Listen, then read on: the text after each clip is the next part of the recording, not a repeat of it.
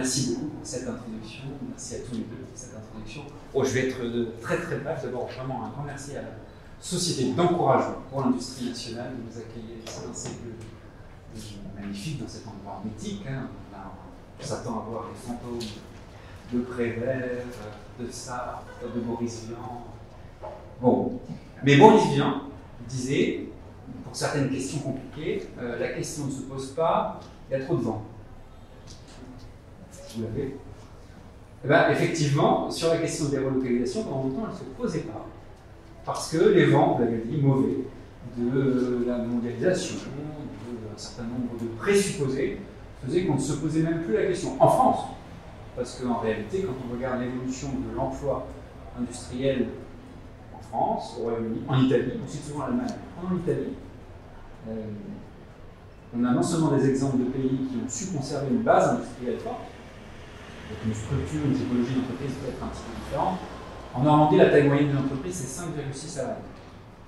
Vous voyez, d'abord sur des petites PME. Évidemment, en Allemagne, on parle souvent des ETI, etc., Mittelstand.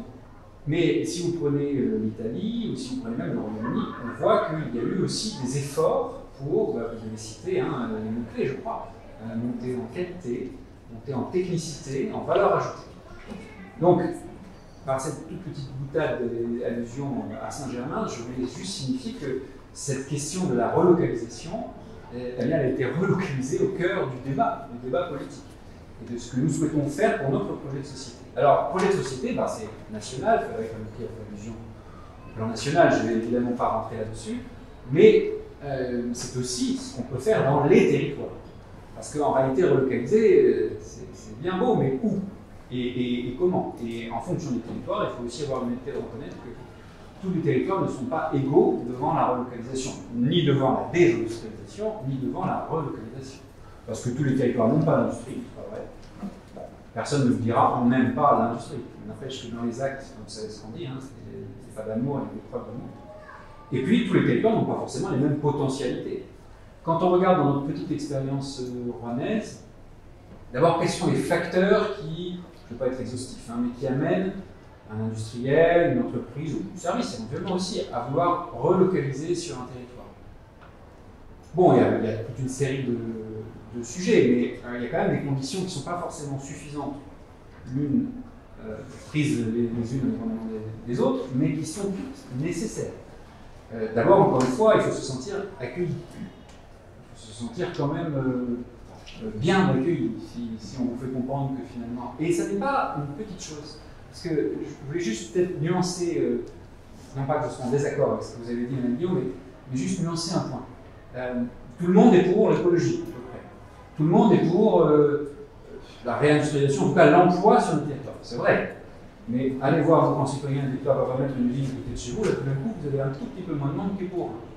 Je suis désolé d'être un peu dur, mais c'est quand même ça aussi la réalité. Donc il y a une question en fait d'injonction un peu paradoxale entre une volonté globale, communément acquise, à cette idée qu'on a besoin de muscler notre jeu, de refortifier notre appareil productif, ça c'est clair. Encore faut-il avoir les sites. Donc il faut se sentir bien accueilli. Et puis, encore pas d'amour, il faut du foncier. En France, on a du potentiel foncier. Ce que j'appelle potentiel foncier, c'est du brownfield, c'est-à-dire c'est du terrain, mais revenez dans 2 ans, il sera prêt. Revenez dans 2 ans, il sera prêt. Si vous êtes en concurrence avec l'Allemagne ou l'Italie, vous ne revenez pas. En vérité, c'est ça.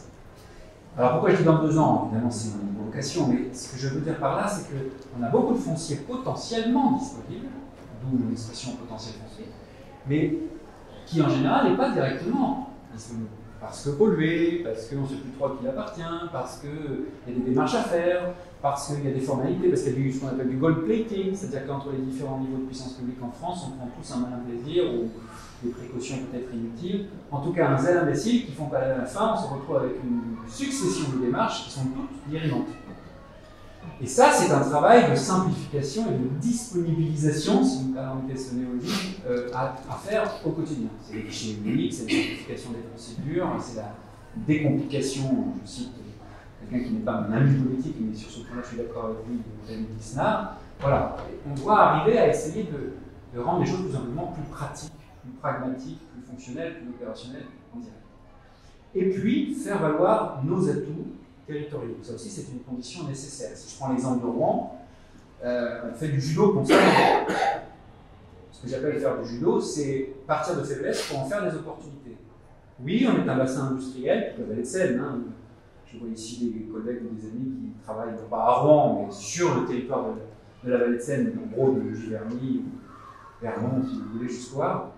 Bon, qui a subi la désindustrialisation, une industrie qui était, pour des raisons historiques, hein, massivement carbonée, des raffineries, une industrie pétrolière, donc c'est pas très facile, l'automobile, etc. On en fait une opportunité, parce que du coup, on a un bassin d'emploi qui est riche en main-d'œuvre, avec une affinité pour l'industrie, mais aussi une main-d'œuvre qui est, pas forcément directement, mais très facilement en tout cas, qualifiée pour les nouveaux emplois, notamment dans les domaines liés à la transition écologique, hein, si je prends les énergies par exemple, ou les nouvelles mobilités, qui nécessitent pas forcément des révolutions, mais des évolutions d'emplois par rapport aux emplois existants. Et ça, c'est un gros atout pour un territoire comme la vallée de Seine. Encore faut-il le porter, encore faut-il y adjoindre les autres atouts dont je parlais, par exemple la disponibilité du foncier. Et puis, parfois, on s'en crée aussi des atouts. Sans aucune prétention, on n'est pas tout à fait les seuls, mais enfin, je crois qu'on est parmi les seuls à être aussi loin. La métropole rouennaise a mis en place un dispositif de défiscalisation. 3, 5, 7, 3 ans, 5 ans, 7 ans. 3 ans pour tout le monde, 5 ans en zone d'affaires, 7 ans pour les jeunes entreprises innovantes universitaires, de CFE, CVE. Alors, il faut être clair, jamais, en tout cas dans mon expérience, j'ai été président de région, je suis président de métropole, j'ai travaillé dans le privé, jamais je n'ai vu une entreprise décider d'un investissement et d'une implantation pour des raisons strictement fiscales. Jamais. En tout cas, je n'ai pas fait la banque, mais dans l'industrie. Mais ce dont je suis certain, c'est que toute chose égale par ailleurs, alors ça a un impact sur le texte, un impact. Et donc, je pense que ça aussi sont des éléments qu'il faut mettre en avant. Et puis, il y a aussi, et je termine par là, des externalités que vous avez évoquées rapidement, Madame Bio, qui sont probablement aujourd'hui pas suffisamment dans les radars des choix économiques et qui vont probablement l'être de plus en plus. Soit drivés par la demande du client, soit imposés par un certain nombre d'évolutions structurelles. Je vais prendre quelques exemples très rapidement. Chez nous, on a une grosse entreprise qui fait des produits en chocolat que vous aimez si vous êtes ambassadeur, ou si vous connaissez les pâtes à tartiner. Je pense que tout le monde voit à peu près de qui vous parlez. Je ne suis pas censé citer leur nom. Bon, ils viennent de mettre en place une barge sur la Seine pour transporter leurs produits à monoprix, qui est côté de Gennevilliers, pour acheminer ensuite vers les différents monoprix. Bon. Ce n'était pas du tout dans la culture de l'entreprise et c'était même considéré comme économiquement inefficace d'utiliser la voie fluviale pour transporter les marchandises. Ça, c'est aujourd'hui drivé par la demande, en l'occurrence leurs clients, en l'occurrence Monoprix, et en l'occurrence les clients de Monoprix eux-mêmes, qui de plus en plus s'intéressent non seulement à l'origine du produit, mais à la façon dont il a été transporté, au coût carbone qui va avec, etc. Alors c'est un petit exemple et il ne fait pas système, mais il montre une tendance. Il montre une tendance.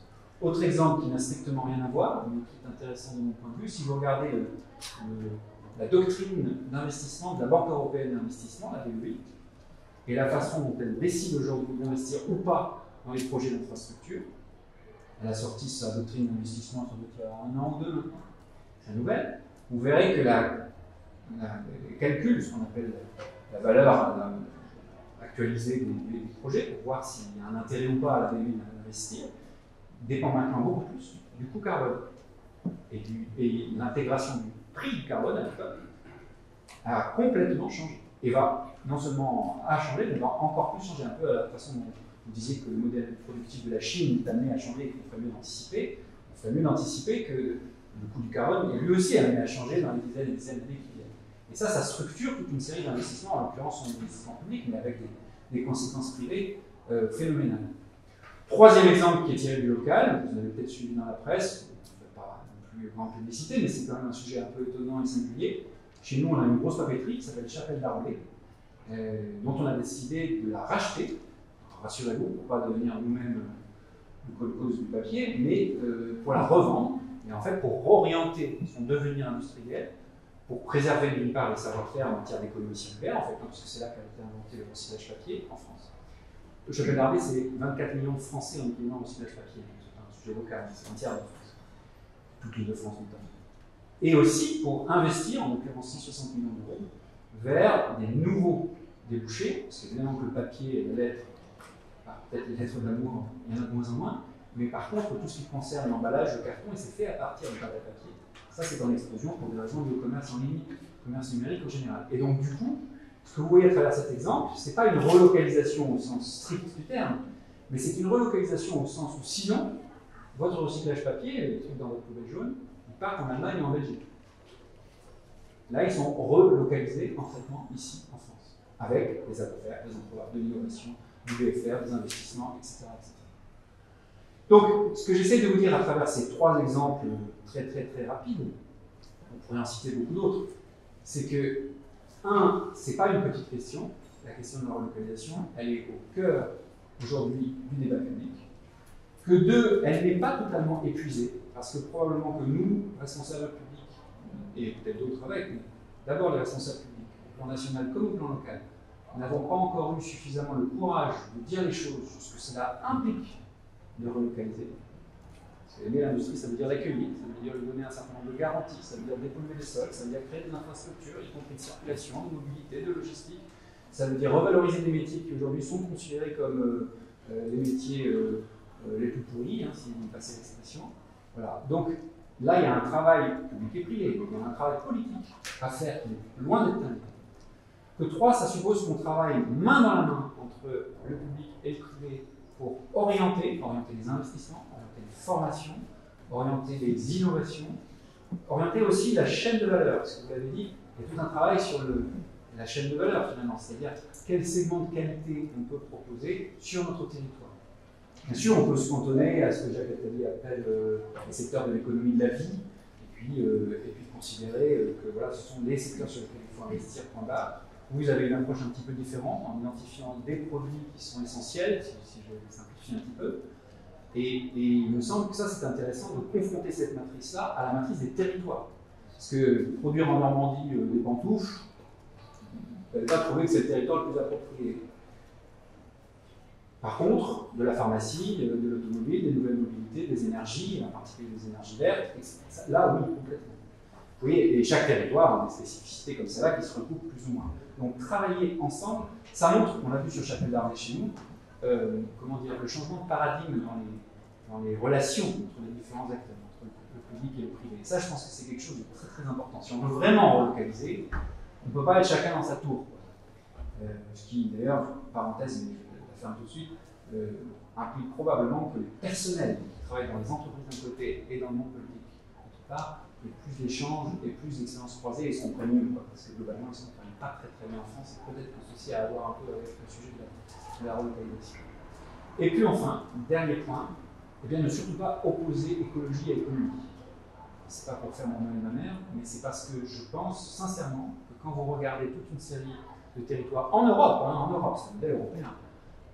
Pour ce qui concerne Rouen, on est une ville portuaire, si on se compare aux grands ports de l'Europe du Nord, Anvers, Rotterdam, etc., ils ont tous compris comment on pouvait concilier, en tout cas mieux que nous, comment on pouvait concilier écologie et économie. Non pas pour faire de la décarbonation seulement une contrainte, même si ça l'est, évidemment, surtout dans des vallées industrielles comme la vallée de Seine, mais pour en faire une opportunité et un atout. Exemple, ils utilisent mieux que nous le fer, le ferroviaire, ils utilisent mieux que nous le fleuve, ils utilisent mieux que nous les arguments de la décarbonation comme stratégie d'innovation et de transformation d'un territoire.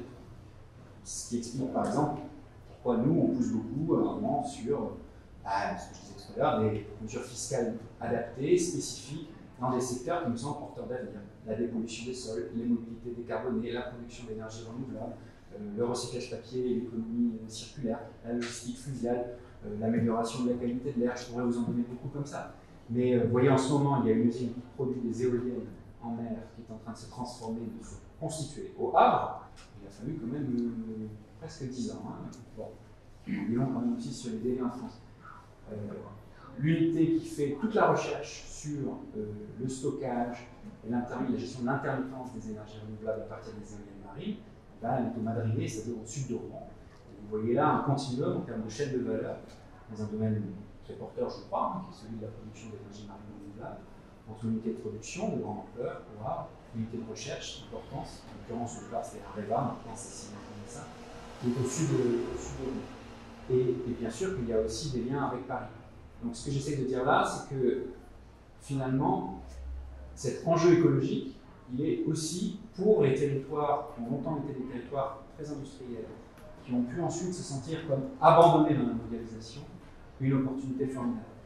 À condition d'avoir, et je termine là, la vision de long terme, celle-là elle doit être portée par les pouvoirs publics en particulier, la capacité à fédérer, ce qu'on fait aujourd'hui, c'est-à-dire à rassembler, et le fait que vous fassiez un tour de France, je pense que c'est très important. Parce que j'adore Caen, mais Caen c'est pas Rome, c'est différent. Et ils ont des atouts, non mais je le dis en positif, ils ont des atouts qu'on n'a pas.